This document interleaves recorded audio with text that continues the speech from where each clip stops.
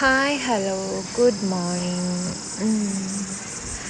നിങ്ങളെല്ലാവരും വിചാരിക്കുന്നുണ്ടാവില്ലേ ഞാൻ എന്തായിരുന്നു സ്വർഗം എന്ന് പേരിട്ടതെന്ന്. ഹെവൻ എന്നാണ് ഞാൻ ഇൻസ്റ്റാഗ്രാമിന് പേജ് ഇട്ടത്. സ്വർഗം എന്നല്ല, ആദ്യം ഫസ്റ്റ് ഓഫ് ഓൾ ഞാൻ സ്വർഗരാജ്യം എന്നായിരുന്നു ആദ്യം ഉദ്ദേശിച്ചത്. ബട്ട് എൻ്റെ അമ്മയാണ് പറഞ്ഞത് സ്വർഗരാജ്യം വേണ്ട, സ്വർഗം ഹെവൻ എന്നിട്ടാൽ മതി. ഈ വീഡിയോയിൽ കാണുന്ന എൻ്റെ മോളാട്ടോ. എനിക്ക് 2 പെൺമക്കളാണ്.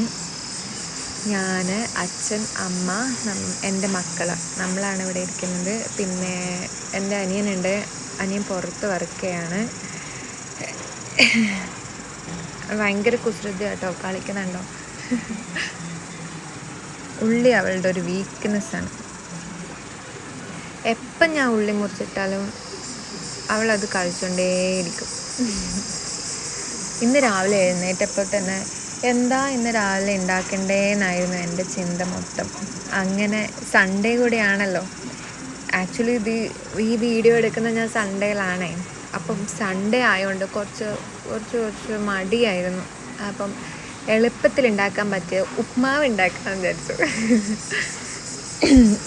അതിനു വേണ്ടി ഞാൻ ഉള്ളിയും കാര്യങ്ങളൊക്കെ അരിഞ്ഞ് വെച്ചിരുന്നു. അപ്പോഴത്തേക്ക് എൻ്റെ അനിയത്തിയല്ല, എൻ്റെ മോള് വന്നു. അവളുടെ വികൃതിയാണ് കാണുന്നത്. ഒക്കെ അത് കഴിക്കുന്നുണ്ടോ, വലിയ കാലത്ത് കഴിക്കുന്നുണ്ട്. ഇനിയിപ്പം ആ കഴിക്കുന്നതിനെക്കാട്ടും സ്പീഡിൽ പോകുന്നതാണ്. എന്താ ചെയ്യേണ്ടത് ഇവളെ.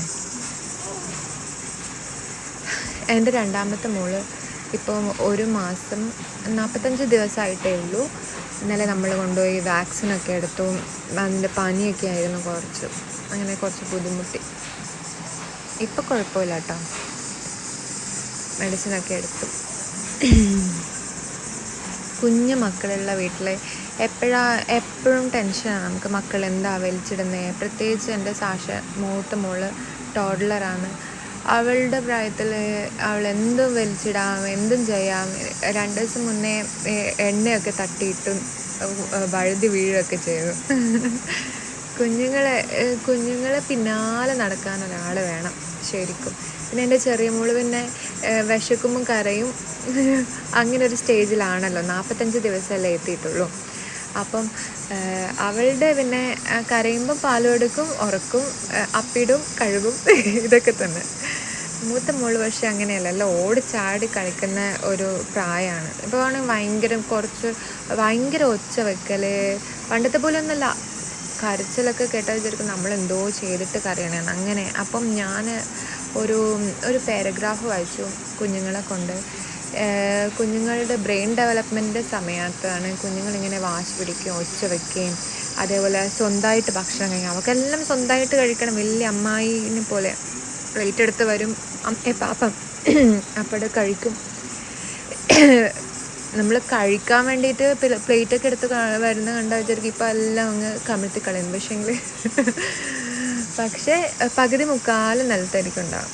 ബട്ട് കുഞ്ഞുങ്ങളല്ലേ, തെറ്റുകളിൽ നിന്നാണല്ലോ കുഞ്ഞുങ്ങൾ ശരി പഠിച്ച് വരുന്നത്. അപ്പം അങ്ങനെ ആവട്ടെ. മുഖം നോക്കേ, അവളുടെ മുടി കണ്ടിട്ട് എല്ലാവരും വിചാരിക്കുന്നുണ്ട് ഇതെന്തൊരു മുടിയാണ്, അവൾക്ക് ചുരുള മുടിയാണ്. എന്ത് ചെയ്യാനാ, മുടി കെട്ടിക്കൊടുക്കാൻ സമ്മതിക്കുകയില്ല. ഭയങ്കര വികൃതിയാണ്.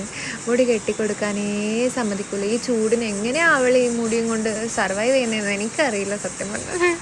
ഞാനകത്താണെങ്കിൽ മൊത്തം വെട്ടി മൊട്ടയടിക്കണം എന്ന് വിചാരിച്ചാണേ. അവളെ മുടി ഒന്നാമത് ഇത്രയും നീട്ടി വെക്കാൻ വേണ്ടി കാരണം തന്നെ നമ്മൾ പഴനിയിൽ നേർന്നായിരുന്നു. മുടി നന്നായിട്ട് പ്രസവിച്ച ഒരു ബുദ്ധിമുട്ടില്ലാണ്ട് പ്രസവിച്ച് കഴിഞ്ഞാൽ കുഞ്ഞിൻ്റെ മുടി പഴനിയിൽ കൊണ്ടുപോയി മുട്ടയടിക്കാൻ നേർന്ന് വെച്ചേക്കാം. അപ്പോഴത്തേക്കാണ് ഞാൻ സാഹചര്യത്തിൻ്റെ സമ്മർദ്ദം മൂലം വീണ്ടും രണ്ടാമത് ഞാൻ പ്രഗ്നൻ്റായി. എൻ്റെ മൂത്ത മോൾക്ക് 1.5 മാസം 1.5 വയസ്സ് പ്രായമുള്ളപ്പോഴത്തേക്ക് ഞാൻ സെക്കൻഡ് പ്രഗ്നൻ്റായി. അപ്പോൾ പിന്നെ ചോദിച്ചു, ഈ പ്രഗ്നൻസിയും കൊണ്ട് പഴനി പോകാൻ ഇച്ചിരി ബുദ്ധിമുട്ടല്ലേ. പിന്നെ പ്രസവിച്ചതിന് ശേഷം 2 പേരെ ഒരുമിച്ചിട്ട് കൊണ്ടുപോകാമെന്ന് വിചാരിച്ചു. അങ്ങനെ വെച്ചേക്കോ. മുടി കണ്ടോ, എല്ലാവരും എവിടെ പോകുമ്പോൾ മുടി കൊണ്ട് എല്ലാവരും ചോദിക്കും. അതുകൊണ്ടാണ് ഞാൻ പ്രത്യേകിച്ച് മുടീൻ്റെ കാര്യം എടുത്തു പറഞ്ഞത്. അമ്മ പോകണം. അമ്മക്ക് പാർലറിന് പെട്ടെന്നൊരു കോള് വന്നു. അതുകൊണ്ടാണ് സൺഡേ ആണെങ്കിലും നമ്മൾ ഓപ്പൺ. അമ്മ പാർലർ നടത്തുകയാണ്, ബ്യൂട്ടീഷ്യനാണ്. സൺഡേ ആണ് ആര് വിളിച്ചാലും സൺഡേ ആണെങ്കിലും അമ്മ കസ്റ്റമേഴ്സിനെ പിണക്കാറില്ല, അമ്മ പോകും. പോയിട്ടൊക്കെ വന്നു കേട്ടോ. അമ്മയും എൻ്റെ മോള് ഭയങ്കര കമ്പനിയാണ്, അമ്മമ്മയും മോളും ഇരിക്കുന്നുണ്ടോ സാഷ? ഭയങ്കര സ്നേഹ രണ്ടാളും തമ്മിൽ. സാഷനെ ഓർക്കാൻ ഭയങ്കര എളുപ്പമാണ്. ഞാൻ ഇതുവരെ അങ്ങനത്തെ കുട്ടികളെ കണ്ടിട്ടില്ല. കുഞ്ഞുങ്ങളൊക്കെ ഓർക്കാനും ഭയങ്കര ബുദ്ധിമുട്ടായിരിക്കില്ലേ. പക്ഷേ എൻ്റെ മോള് എങ്ങനെയാണെന്ന് വെച്ചാൽ ആദ്യം പാല് കുടിച്ചിട്ടേ ഉറങ്ങായിരുന്നുള്ളൂ. 2 വയസ്സ് വരെ ഞാൻ കണ്ടിന്യൂസ് ബ്രസ്റ്റ് ഫീഡിങ് ചെയ്തായിരുന്നു മോൾക്ക്. അത് കഴിഞ്ഞ് പിന്നെ രണ്ടാമത്തെ വാവ വന്നപ്പോഴത്തേക്ക് എൻ്റെ മോള് പിന്നെ ഫീഡ് ചെയ്യാൻ പറ്റിയില്ല. 2 മക്കൾക്ക് ഒരുമിച്ച് ഫീഡ് ചെയ്യാൻ പറ്റില്ലല്ലോ.